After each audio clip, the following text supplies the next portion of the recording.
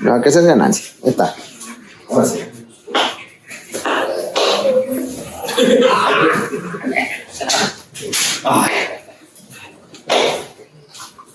Bueno.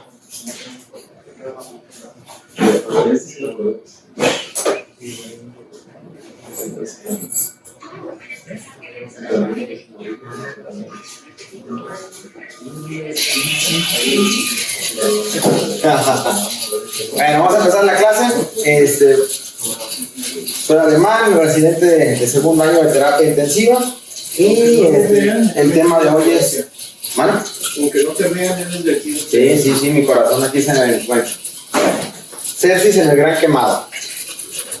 Bueno, vamos a empezar mencionando algunas estadísticas. La Organización Mundial de la Salud en el 2018 reportó 11 millones de casos de quemaduras en todo el mundo, con 180,000 muertes. Obviamente son estadísticas, ¿no? De los lugares que sí tienen, hay muchos países de tercer mundo que no tienen buenas estadísticas.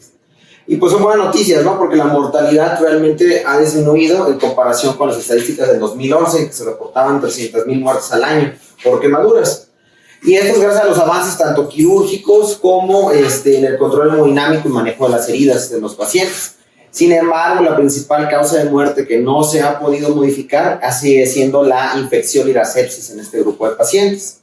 Y pues ha habido varios estudios que han demostrado que uno de los mayores predictores de discapacidad en estos pacientes a largo plazo va a ser los efectos de los eventos adversos que tengan en el hospital, siendo la sepsis y la lesión renal de los principales. Entonces, en varios meta-análisis se ha visto que a 12 y 24 meses los pacientes que presentan mayor cantidad de complicaciones, entendiéndose como estas, la sepsis, la lesión renal aguda, etcétera, van a tener una peor calidad de vida y mayor tendencia a la mortalidad. También se hizo un estudio por parte del ejército donde hicieron autopsias en los pacientes que fallecían de quemaduras. Y en ello se vio que la principal complicación que llevaba a la muerte era la sepsis, con la disfunción orgánica causada por la misma, pues siendo la principal causa de la mortalidad. Ahora, hace poco salió editorial donde hablaban acerca de la sepsis en el paciente quemado y cómo pues hasta la fecha sigue siendo un gran problema, ¿no? Casi todos los ensayos clínicos que se han hecho acerca de sepsis pues han excluido a los quemados por motivos que vamos a ver más adelante, pues te mete mucho sesgo que el paciente ya está inflamado, ¿no? Y la mejor manera que tenemos para saber si alguien tiene sepsis hasta la fecha pues es un aumento en la inflamación, ¿no? Entonces, si el paciente está acusado por una inflamación, pues ¿cómo lo distingue, no? Y eso ha sido esa exclusión sistemática de los pacientes quemados de estos estudios, pues nos ha llevado a un retraso en esta área. Ahora, la incidencia de sepsis va a aumentar en pacientes que consideraremos los grandes quemados. Ya con un 20% de quemaduras de la superficie corporal se dispara la incidencia de sepsis. Y el foco más común, sobre todo el foco que usualmente lleva a la muerte, va a ser el pulmonar. Y en segundo lugar, las quemaduras de la piel. Y bueno, vamos a desmenuzar qué es lo que nos va a llevar a este tipo de complicaciones. Uno va a ser los factores de riesgo. El riesgo va a aumentar en el sexo masculino, a pesar que las mujeres tienen a sufrir más quemaduras, porque la mayor parte de las quemaduras ocurren en el hogar. Los hombres tienden a tener las quemaduras más severas. ¿Por qué? Porque ocurren en el trabajo, en el lugar de trabajo. Hombre, además por todos los videos que se ven, ¿no? Donde los hombres desafiamos la suerte. La edad avanzada también es un factor de riesgo. Las quemaduras en extremidades inferiores tienden a ensuciarse más o a tener mayor riesgo de contaminarse. Las quemaduras por escaldaduras, las quemaduras de espesor total. Ahorita vamos a mencionar cierto tipo de quemaduras que se relacionan más con infecciones fúngicas. Retraso en el tratamiento, siempre más tarde el paciente en obtener un tratamiento óptimo. La diabetes preexistente y los días de estancia hospitalaria. En este estudio también es un estudio prospectivo que se hizo con adultos con 20% de quemaduras de superficie corporal, en los que se buscaron cuáles eran los factores de riesgo más predisponentes y destacaban la edad mayor de 50 años, las quemaduras de mayores del 30%, Las lesiones por inhalación también están muy relacionadas con sepsis y el sexo masculino.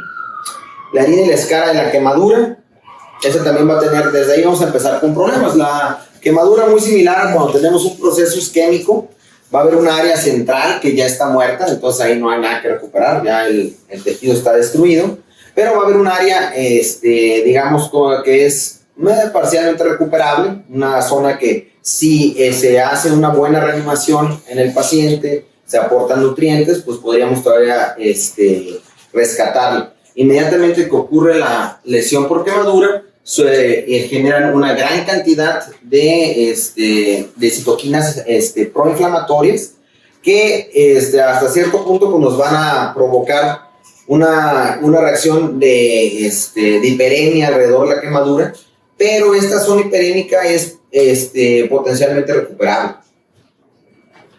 Y ya desde los años 2003 se hizo este estudio en el que se vio qué tanto importaba la debridación de las escaras, de las quemaduras, ¿no?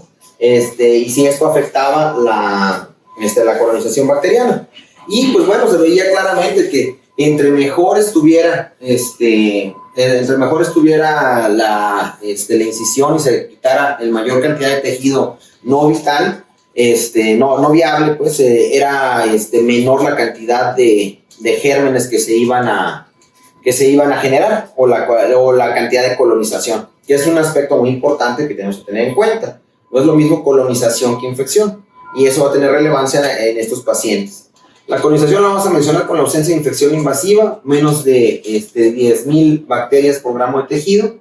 Inicialmente vamos a tener que en la primera colonización suelen ser gram positivos, por la flora residente normal en la piel, y ya los gram negativos pues se van agregando, como van colonizando conforme el paciente pues va transcurriendo sus días de estancia intrahospitalaria. Entonces, otra cosa interesante es que, por ejemplo, se hicieron unos estudios en los que se vio que el tejido desvitalizado en sí, uno pensaría, bueno, está muerto, ¿no? Pues no tendría por qué, tendría que ser, ¿cómo se llama? Inocuo, ¿no? No, pues no. Resulta que ese tejido genera una gran cantidad de sustancias inflamatorias. Estas sustancias inflamatorias tienden a inhibir el crecimiento, el crecimiento de las células que están tratando de revitalizar la herida. Entonces se hizo este experimento en el que se quitaron a los pacientes que se les retiraba la piel quemada, y esta piel quemada se ponía en contacto con células de vitalización, y lo que veían era que había una disminución al ponerlas en contacto con esta piel. Estas sustancias proinflamatorias que generaba esta piel muerta, disminuía la proliferación de células epiteliales, y sí, sin embargo, sí generaba un aumento de los fibroblastos. ¿Esto cuál podría ser el origen o qué teorizan? Bueno, pues hasta cierto punto en la naturaleza, pues obviamente cuando nos quemábamos no había un cirujano que te quitara la escara. Entonces pues se piensa que una forma en que el cuerpo trataba de defenderse era pues dejando esta piel muerta y generando una reacción que provocara un aumento de los fibroblastos. Y pues lo que te iba a dejar pues era una cicatriz una cicatriz queloide, ¿no? Que son las que suelen dejar las quemaduras. Sin embargo, pues estas cicatrices queloides al mismo tiempo, pues no inhiben la epitelización correcta, y también van a retrasar la recomposición de la herida. Bueno, ahí tengo que romper un poquito porque la cicatrización queloide es una respuesta fenotípica de los pacientes a cualquier herida, pues, o sea, no necesariamente a la quemadura, o sea, cualquier tipo de lesión. Lo que sí quieren hacer, si está descontrolado ese proceso de recuperación, son cicatrices hipertróficas, pero la queloide, eso es esa parte independiente, no es asociada a la quemadura. La puedes cortar y hacer una cicatriz queloide, que es una reparación descontrolada, pues no limitada, desproporcionada al grado de lesión.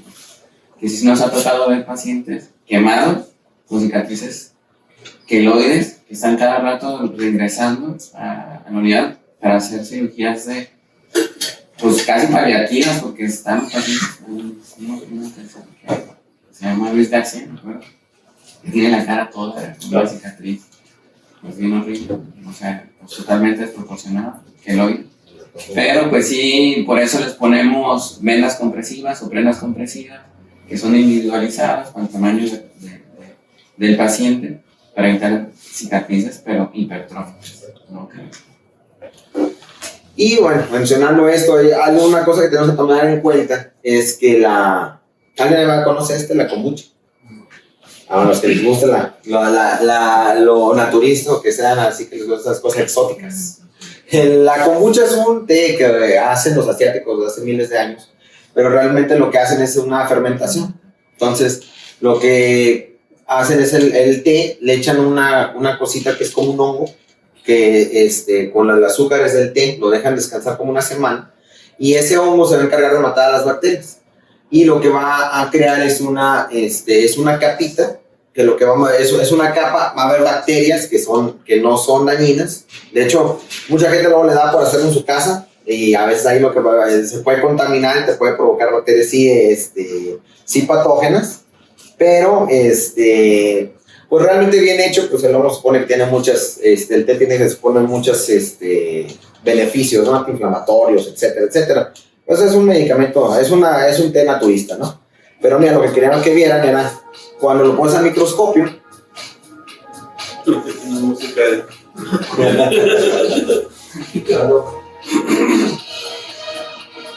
Ahí están todas esas bacterias que están ahí. No son bacterias dañinas, pero viven arriba en esa capita que está encima del té.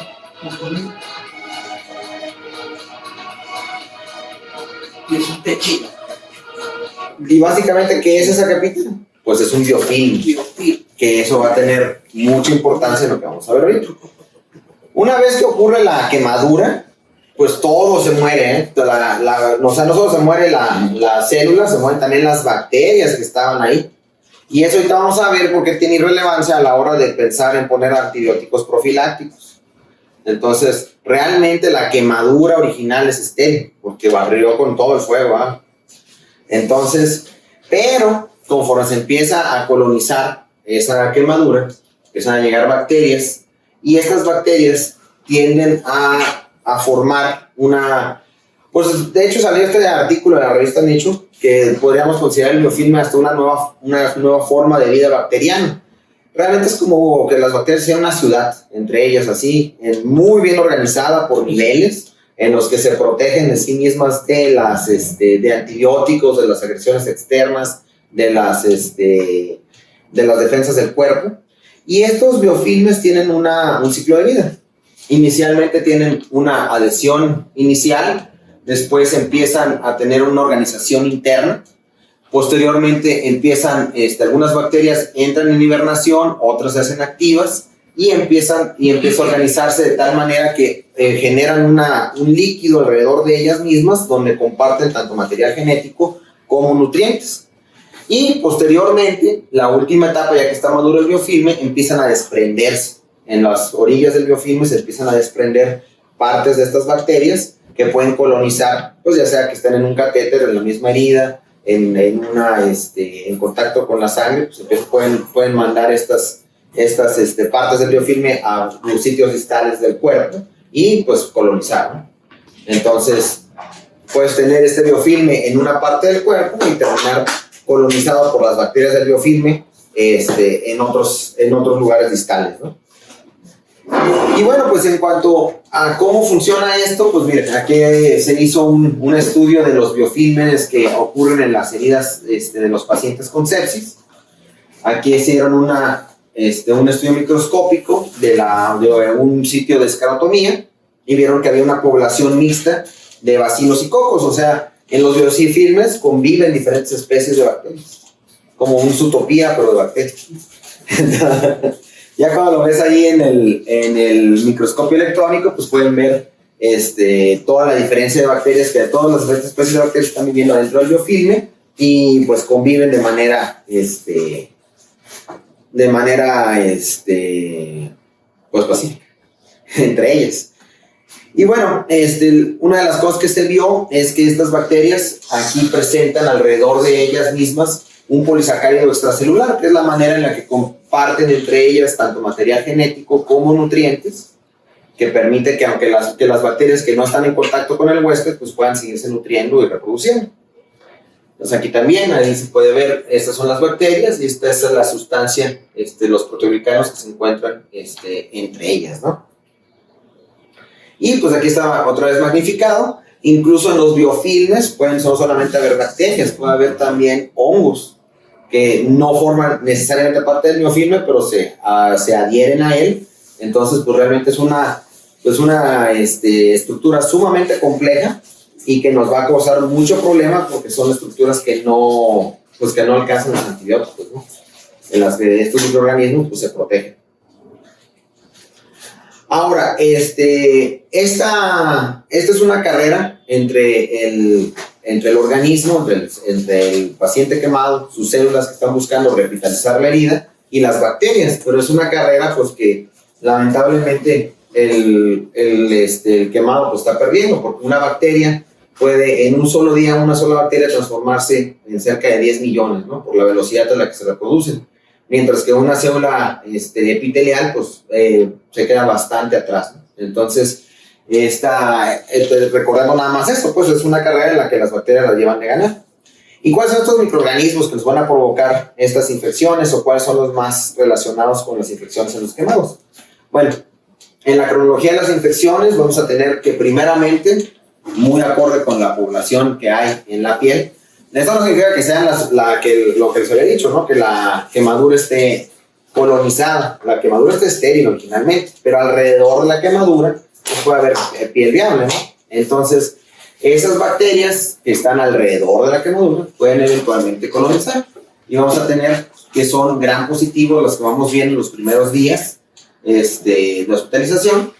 Y conforme van pasando los días, estas bacterias se van volviendo, van a tener una tendencia hacia los gram negativos.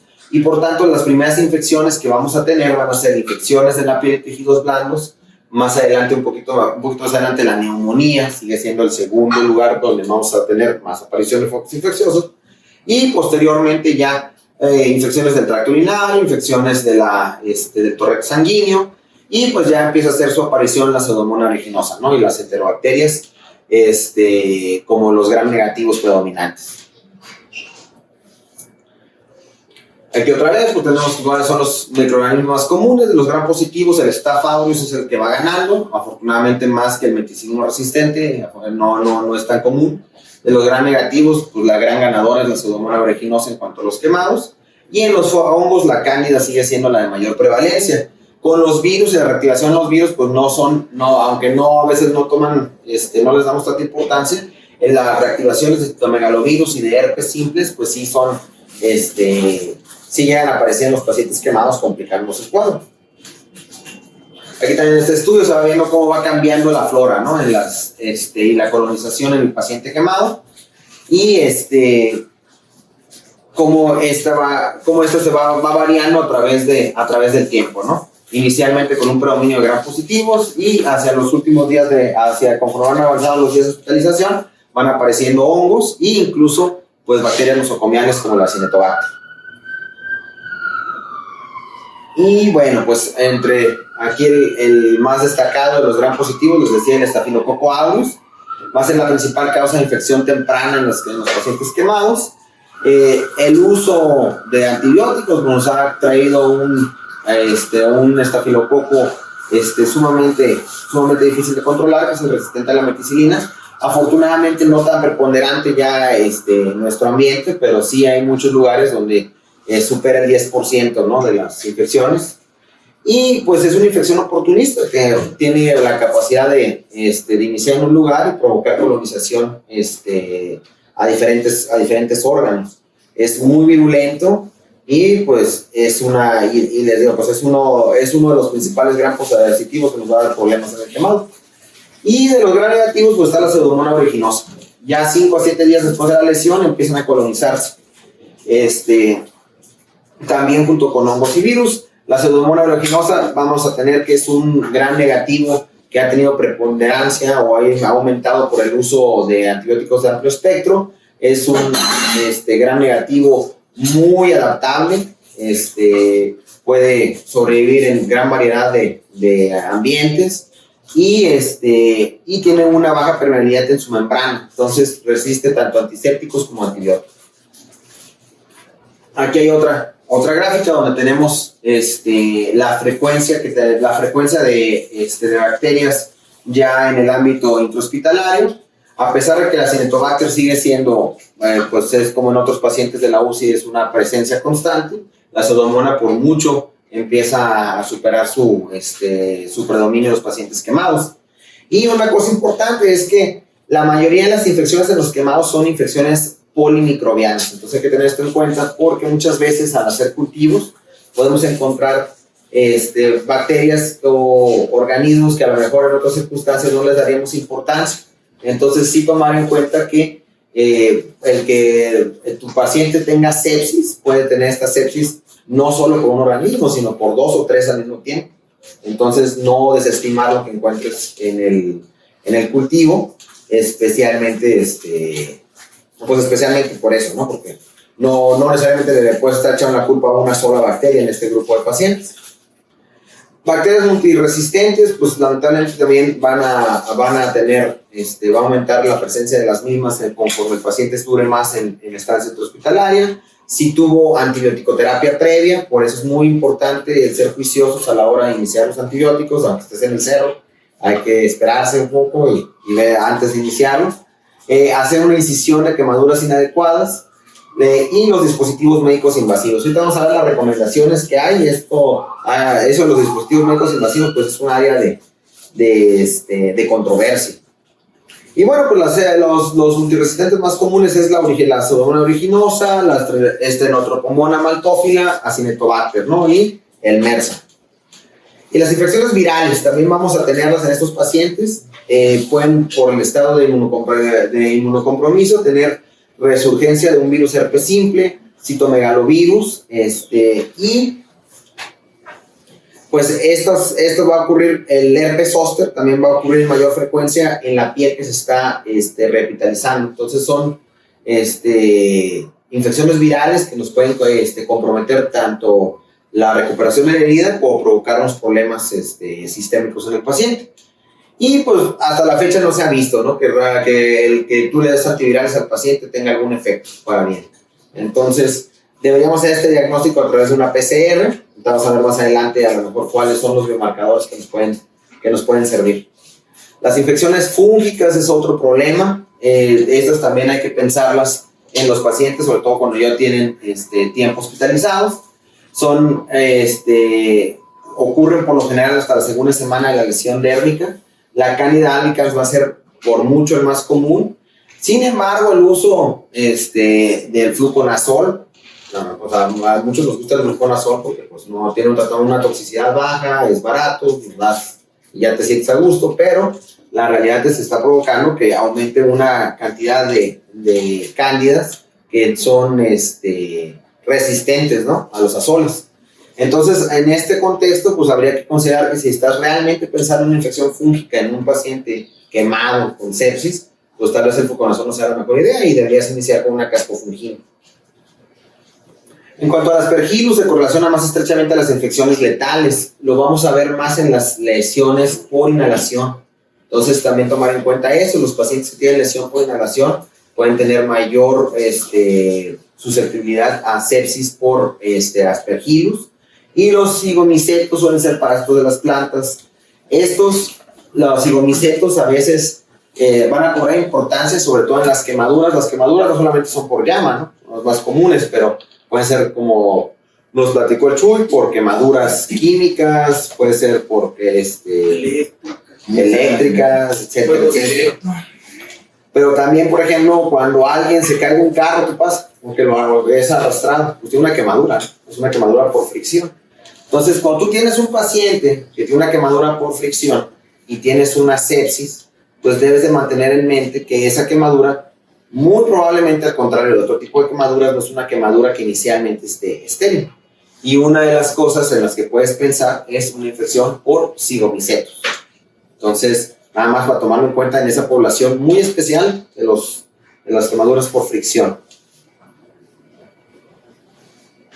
Entonces, para las infecciones fúngicas, lo que habíamos mencionado, la lesión por inhalación, la disfunción renal, la terapia de reemplazo renal, ya el haber usado antibióticos de amplio espectro, la nutrición parenteral total, pues son factores de riesgo que ya conocemos, ¿no? Para el desarrollo de estas infecciones.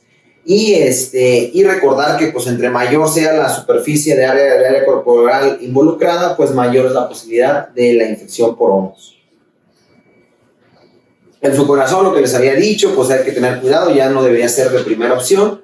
La caspofungina, pero bueno, también así a usarla de manera juiciosa porque no te vas a provocar resistencia a la caspofungina. Y el oriconazol, pues está como por ser la primera elección en infecciones no relacionadas a la cándida.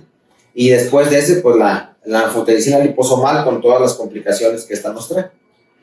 Y bueno, pues aquí está un cuadrito donde vienen las dosis y los tratamientos iniciales que podríamos utilizar en el contexto de una sospecha de una sepsis por hongos. Bueno, entonces tenemos que, cuando tenemos un paciente quemado, tenemos una serie de factores intrínsecos que van a ser el aumento de la temperatura, los leucocitos, el aumento de la proteína C reactiva. Esto también tenemos la pérdida de una barrera cutánea, una depresión del sistema inmunitario, una formación del tejido necrótico y una translocación microbiana. Todo esto nos va a llevar a que en combinación con factores extrínsecos sobre los que sí tenemos control, como por ejemplo puede ser la invasión microbiana, al no lavarnos las manos o al no tener un ambiente estéril frente a los pacientes quemados, o al invadirlos, la flora nosocomial, la intubación mecánica, el uso prolongado de dispositivos intravenosos, el uso prolongado de sondas urinarias, pues todo este conjunto de factores intrínsecos y extrínsecos nos van a llevar a la sepsis.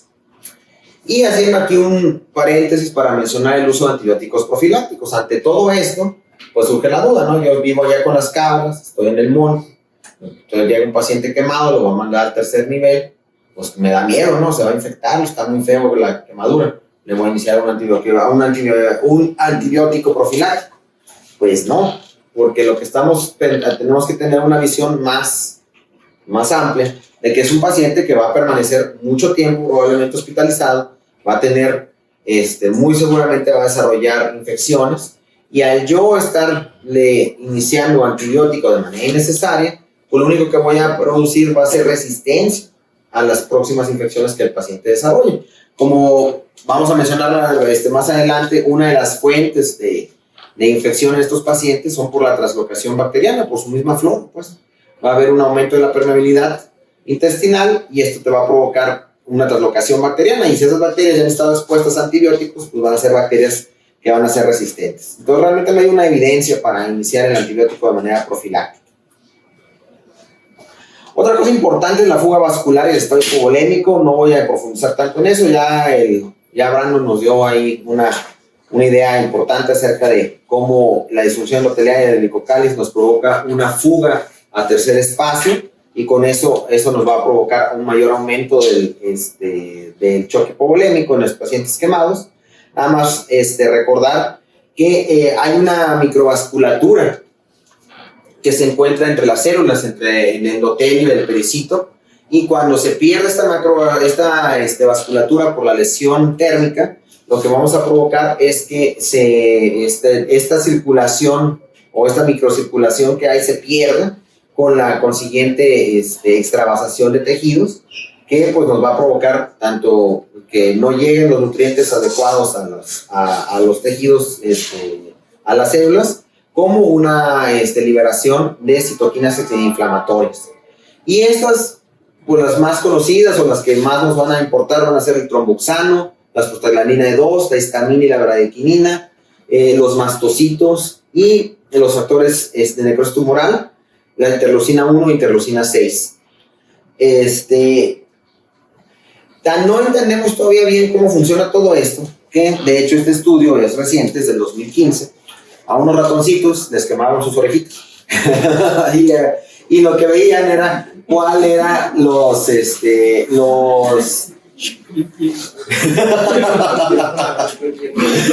eran las sustancias que provocaban mayores cambios en cuanto a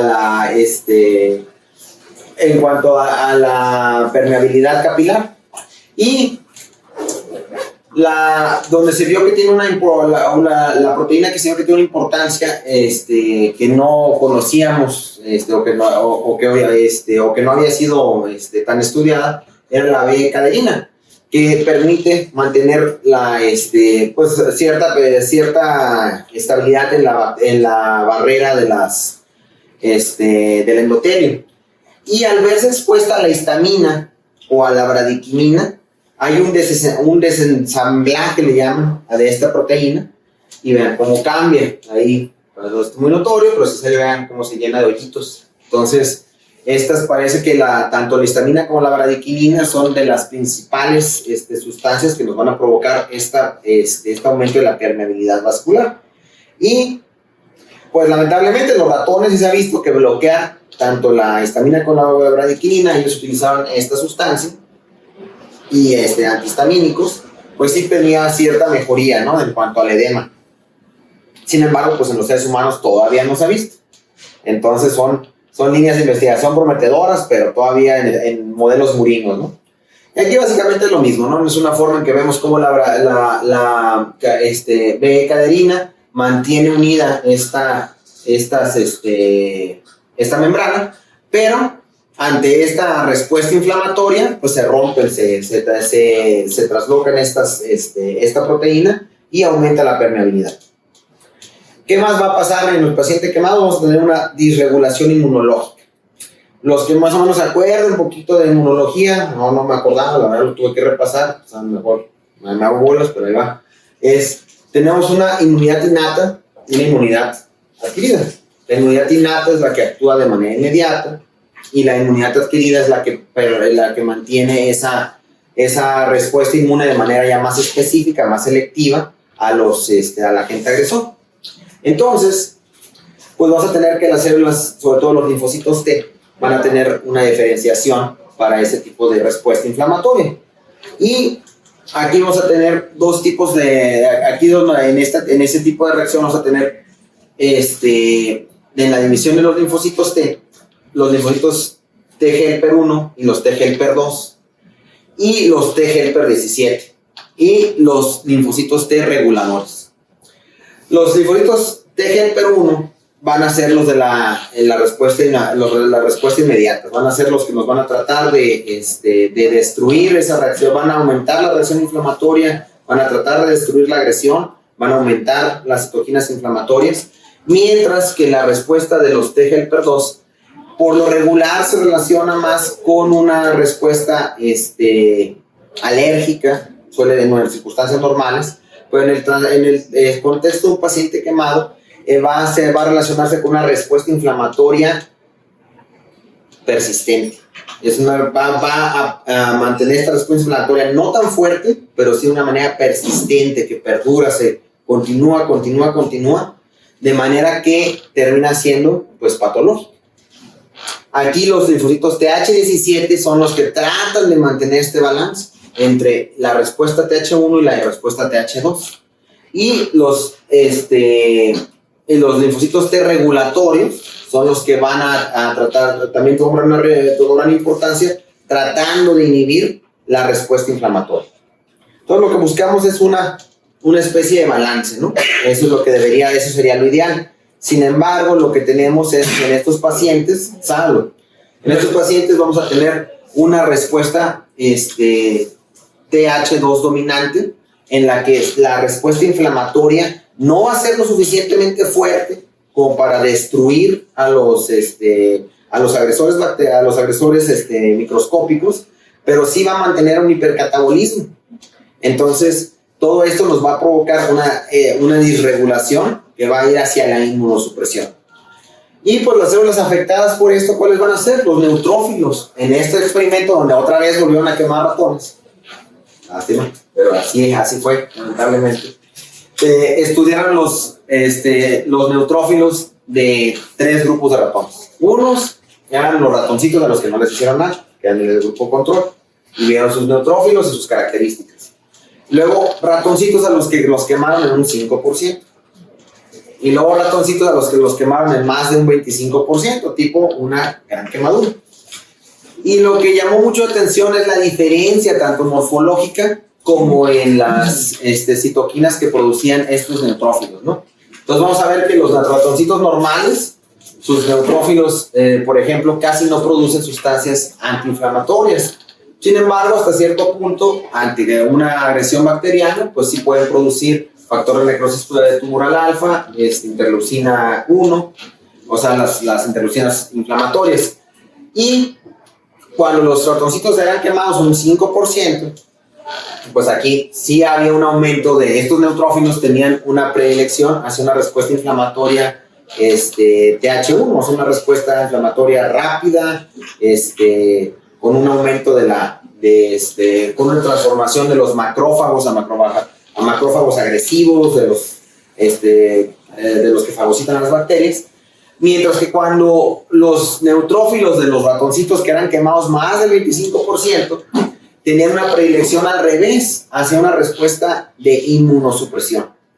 Entonces, al contrario, disminuía un poco la secreción de interleucinas inflamatorias, pero aumentaba la secreción de citoquinas antiinflamatorias, como la CCL2 y la interleucina 10.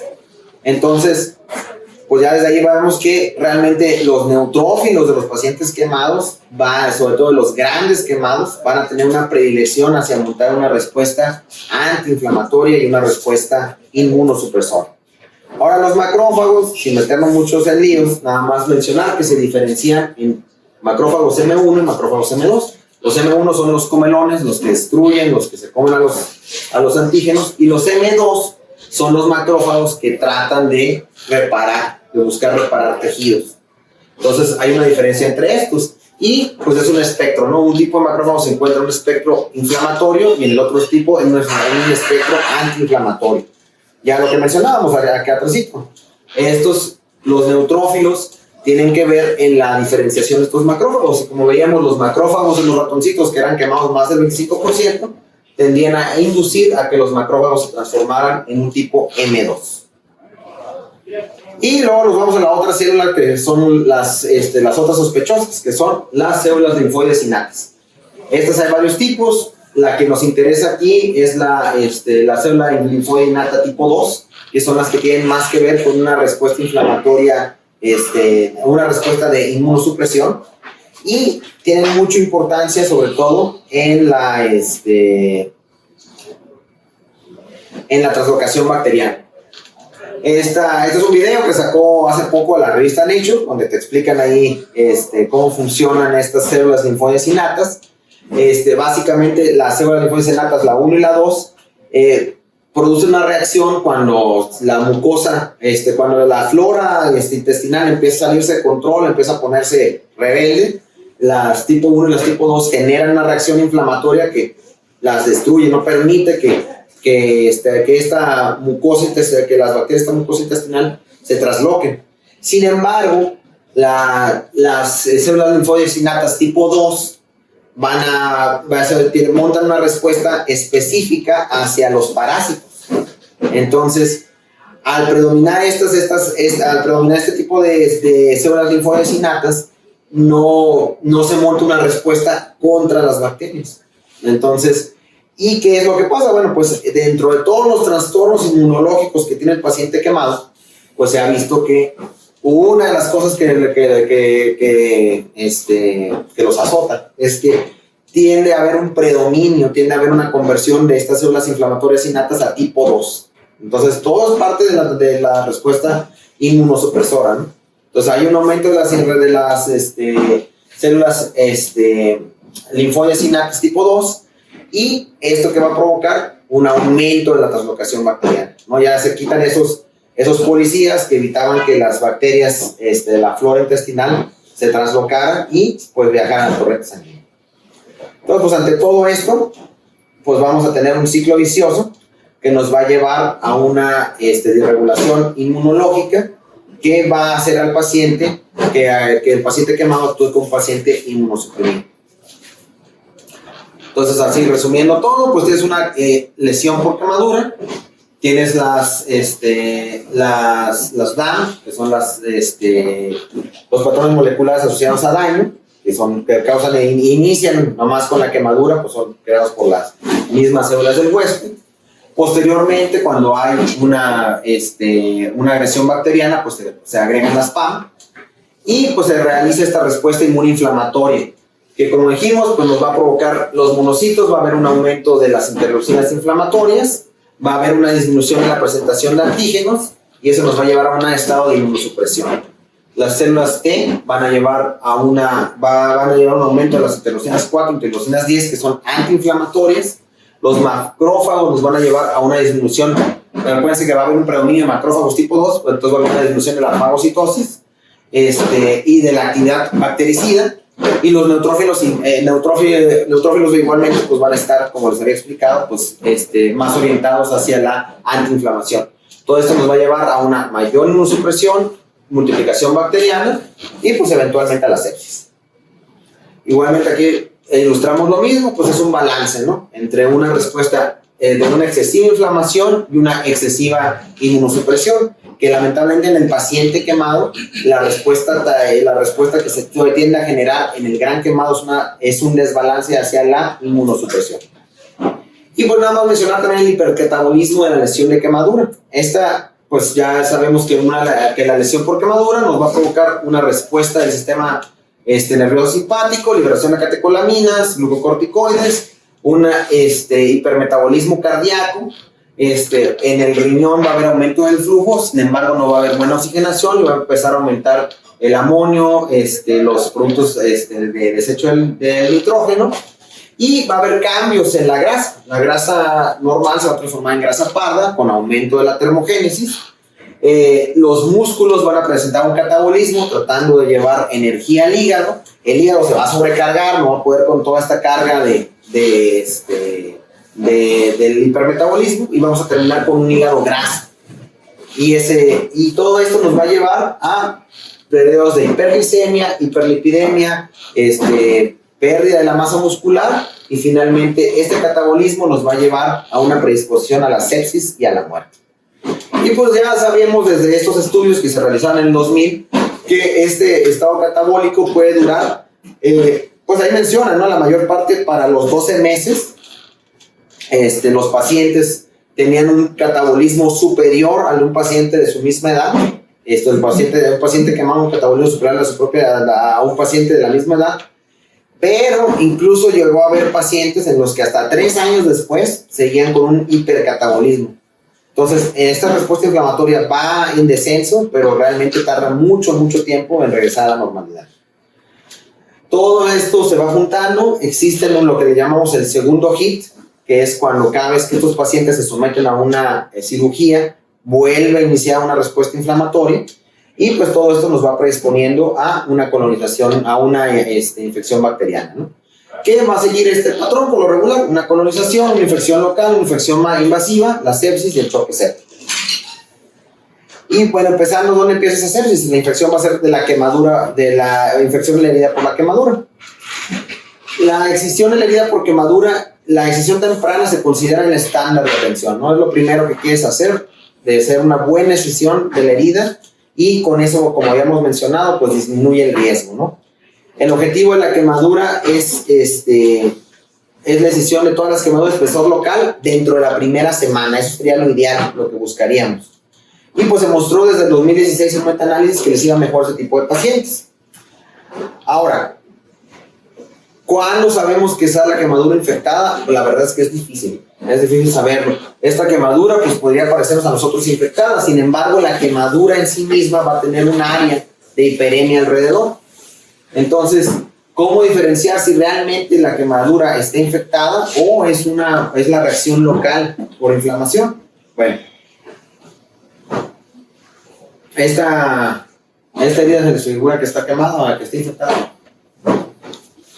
Bueno, es la mejor forma, ¿no? Es lo que hay. No, es una herida a la que se le puso sulfaresina de plata, ¿no? Uno a veces puede pensar, por ejemplo, que la herida está infectada porque ves parches blancos, ¿no? Que significa que es un aumento del espesor de la quemadura. Pero pues también hay que tomar en cuenta que muchos pacientes llegan ya con sulfadecina de plata. Otra, esta podría ser que está infectada esta quemadura. No. Esa es cuando sea quemadura. Es la quemadura de segundo grado. La puerta. Me cago en la planchita. Pero mire, más bien aquí lo que pasó es que se rascó el paciente, estaba corrompiendo la quemadura. Entonces no necesariamente está infectada. Esta, ¿se les hace que esté infectada? Esta sí está infectada. ¿Por qué? Hay varios datos en el eritema alrededor de la quemadura que nos van a orientar en si está infectada o no. Vamos a ver que hay un eritema que es estéril y que cuando se realiza la excisión del tejido quemado... No me convence que sea quemadura. Esa es un área donadora. Ahí se ve cómo está la forma del dermatoma. Normalmente una quemadura no está muy parejita, digamos. Entonces, sí es cierto, una herida, un área donadora es equivalente a una quemadura de segundo grado superficial. Pues de las ventajas que tenemos es que va a sanar pues, en 2-3 semanas como mucho.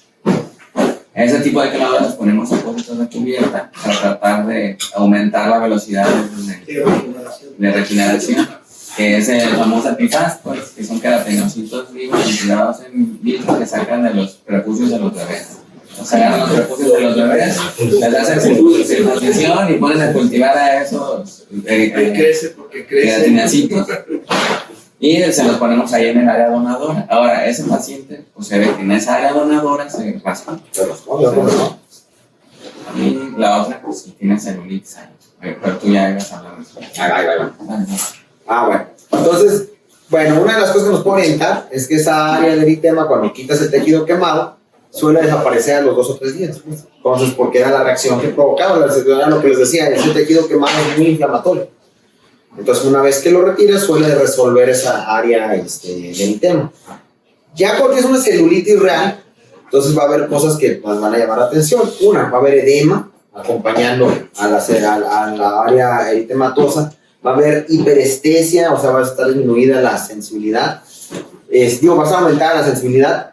Y va a tener, por ejemplo, el paciente un dolor disproporcional a la zona enrojecida.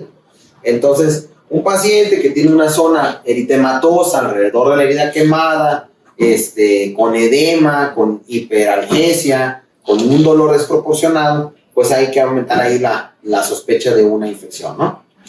También puede ocurrir el impétigo en estos pacientes, entonces usualmente son por Strep aureus, por eso algunos centros de quemados internacionales, una de las prácticas que hacen es que les hacen hisopados de la nariz, porque muchas veces de ahí mismo es donde se contaminan, de la flora que ya traían los pacientes. Entonces, nosotros no lo hacemos aquí, pero pues es una práctica que hacen en algunos lugares, ¿no? Esta cosa exuda en el labio superior que luego se extiende alrededor de la piel facial quemada. Y luego, entonces lo que les decía, ¿no? La infección de la quemadura se va a caracterizar por dolor, eritema, a veces hay mal olor, a veces hay cambios en el color, la profundidad de la herida, puede haber zonas verdosas, o sea, nos orienta una invasión por pseudomonas, puede aumentar el espesor de la herida y empezar a formarse pues parches blancos, ¿no? Ahí dentro de la misma herida. Entonces, incluso hay quien les recomienda pues hacer un estudio histológico del tejido para de manera, Pues ese es el estándar de oro. Si tú agarras un hisopado, que seguido lo hacen allá, lo pasan al láser quirúrgico, le lavan la quemadura, que a veces lo hacen hasta antes de lavar la quemadura, por eso pues, yo me digo de cuando me reportan los cultivos, pues eso no es completamente inútil. Entonces, pues se supone que lavan la herida, luego le hacen un hisopado y lo mandan a cultivar. Todos van a crecer, todos van a salir positivos. Entonces el estándar de oro es el examen histológico, una biopsia de la quemadura, para de manera cuantitativa ver cuántas bacterias hay por cada gramo de tejido y determinar si la herida de verdad está infectada o además está con infección. Que como tú dices, pues es una situación diferente y van a requerir atenciones diferentes. Agua y jaboncito, a que esté colonizado, y antibiótico al que sí esté infectado. Y bueno, pues esta realmente sería una herida quemada. No, pues tenemos que, es una área de quemadura que tiene un eritema importante alrededor de las heridas. Hay parches, no vamos a ver también el color, pero hay parches blancos que te hablan de que aumentó el espesor de la quemadura, y parches verdosos, ¿no? Ahí se quita de la pompa, se ve un parchecillo ahí medio verdecillo que podría orientarnos a una colonización con pseudomonas. Cuanto a la neumonía, pues va a ser otra de la segunda zona de predilección de infección y uno de los focos que llevan más a la muerte en esos pacientes. Es difícil a veces llegar al diagnóstico porque son pacientes que ya pueden tener un SDRA o una lesión por inhalación. Entonces, pues ahí realmente entra, se deben usar criterios clínicos, radiológicos, fisiológicos. Les digo, como todo en los quemados es difícil llegar al diagnóstico. Ahí puede funcionar un lavado alveolar, ahí sí puede ser útil una broncoescopía, y pues tomar en cuenta que cuando es un lavado alveolar, 10 a la 4 bacterias, pues ya lo deberíamos considerar positivo, ¿no? Se ponen el marquito, los que no estaban quemados. Sí. Como un año. Pues Marquito se murió de neumonía, pues. No se murió de la quemadura, ya tenía más de un año quemado. No estaba revitalizado. No sanaron nunca las heridas. ¿No? Lo intentaron como 15 veces, nunca sanaron las heridas. ¿Por qué? Pues no sé. Le hicieron de todo. Eritropoyetina, esteroides, todo lo que se le ocurra le hicieron. Pues si era algo inmunológico. Pues total. Pues lo suprimieron. No. Hizo infecciones repetitivas, cada rato se indicaba. Yo creo que le pusimos como 50 caráteres centrales, así, cada rato se los cambiaban, no había dado su. Y la cosa es que se murió eso. Eso es lo más común. Es el foco el foco que lleva a la muerte más común es el del pulmón. Y bueno, pues también, tampoco despreciable después de esto, pues la bacteremia, ¿no? Las catéteres intravasculares, por lo regular son pacientes invadidos, la ventilación mecánica, las ondas Foley, las heridas abiertas, entonces, pues todo esto nos predispone a presentar a estos pacientes una bacteremia, ¿no? En el caso de que escuchemos una bacteremia, pues como ya sabemos, la toma de muestras central y periférica, a evitar tomar muestras de las vías arteriales, porque pues, si no están contaminadas, las vamos a contaminar, y pues por lo regular son contaminaciones con aerobios y anaerobios. Las infecciones de vías urinarias que pues, se presentan en todas las UCIs suelen ser un poco más altas dentro de las unidades de pacientes quemados. Entonces, pues igualmente, si el paciente está despierto, pues se te puede referir, ¿no? Los síntomas de irritación, pero pues pacientes que están intubados, pues no lo van a referir, ¿no? Tú tienes que estar al pendiente de que haya piuria, organismos en tinción de Gram, o cultivo con crecimiento de mayor de 10 a las 5 unidades formadoras de colonias.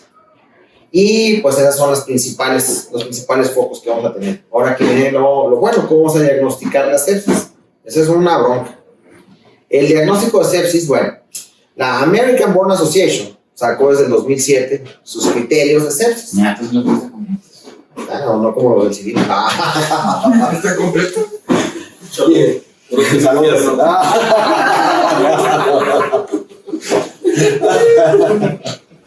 Bueno, el caso de la American Burn Association, por cierto, ahora se volvió a reunir ahora este año. Se supone que van a sacar unos nuevos criterios ya actualizados, pero hasta la fecha, pues estos son los que hay, ¿no? Desde el 2007. Que tenemos un aumento en la temperatura. Recordemos que la fiebre en el quemado es diferente que la fiebre en otros pacientes. Es normal que el paciente lo intervengan quirúrgicamente y tenga un pico de 38, 38,5, ¿no? Entonces eso no debe de llevarnos a iniciar antibiótico. Pero una temperatura mayor de 39 ya debe llamar la atención. Igual la hipotermia, la consideramos hipotermia en el quemado en un nivel mucho pues, superior en un paciente normal, ya con que la temperatura está bajo 36,5 es hipotermia. La taquicardia en el quemado es arriba de 110. La taquipnea progresiva, la trombocitopenia, también tomando en cuenta que durante los primeros días de reanimación en el quemado es muy fácil que haya trombocitopenia, ¿no? Entonces no debería ser ese uno de los criterios. Después del periodo de reanimación del paciente es donde la trombocitopenia toma valor. La hiperglicemia, que tengas valores de glucosa en la sangre mayores de 200 o que tenga una dependencia de una infusión de insulina mayor a 7 unidades por hora, ¿no? y la inhabilidad para continuar las alimentaciones enterales por 24 horas, ya sea una que presenta diarrea en el paciente, más de 2.500 mililitros día de diarrea, o residuos mayores de 150. Entonces, pues, tomar eso en cuenta como criterios para sepsis. Junto con un cultivo positivo de infección, una fuente de foco infeccioso identificada, o una respuesta a los antimicrobianos. Los antimicrobianos, si se dieron estos síntomas, bueno, pues se tomaría. Sin embargo, mucha gente no los dejó con un escozor esta clasificación, no, se queda corta. Y pues ya surgen, después del 2010, surge la clasificación de estos médicos, Mann y Salinas, en que ellos encuentran ciertas áreas de oportunidad, porque, por ejemplo, el paciente quemado suele estar taquicárdico en más de 110, entonces dicen, y no significa que esté infectado. Entonces ellos ponen un valor más alto a la taquicardia, arriba de 130, se le dan un valor a la presión arterial media, recuperando la hipotensión como un síntoma de sepsis por la vasodilatación. El déficit de base lo toman también en cuenta. La hipotermia, son un poco más permisivos con hipotermia para poder clasificar la sepsis. El uso o la dependencia del paciente a vasoactivos, y la hiperglicemia sí son un poquito más estrictos, porque ya para cuando se hace esa clasificación ya se había relacionado la hiperglicemia persistente con un cuadro séptico, ¿no? Y finalmente en el 2016 en sepsis 3, que recordemos que a muchos no les gusta porque no se incluyeron quemados, pero el sepsis 3 viene ahora sí que a hacer un parteaguas en la clasificación de sepsis, y viene a meter ruido en los quemados. ¿Por qué? Porque la sepsis 3 mete la disfunción multiorgánica, ¿no? Entonces hay varias cosas que se nos estaban quedando olvidadas en la clasificación de sepsis en los pacientes quemados, como era el estado mental alterado, ¿no? Lo que son tus ventanas de choque, ¿no? El estado mental alterado, la hipotensión, la taquipnea que ya se había mencionado anteriormente, el uso de vasopresores y el lactato. Entonces, pues ya, a lo mejor este es un tema aparte, ¿no? Pero pues recordemos que lo que ya sabemos de la sepsis, de la sepsis 3, bueno, las recomendaciones que ya tenemos para la misma, y cómo pinta la sepsis, los criterios de sepsis en comparación con otros scores.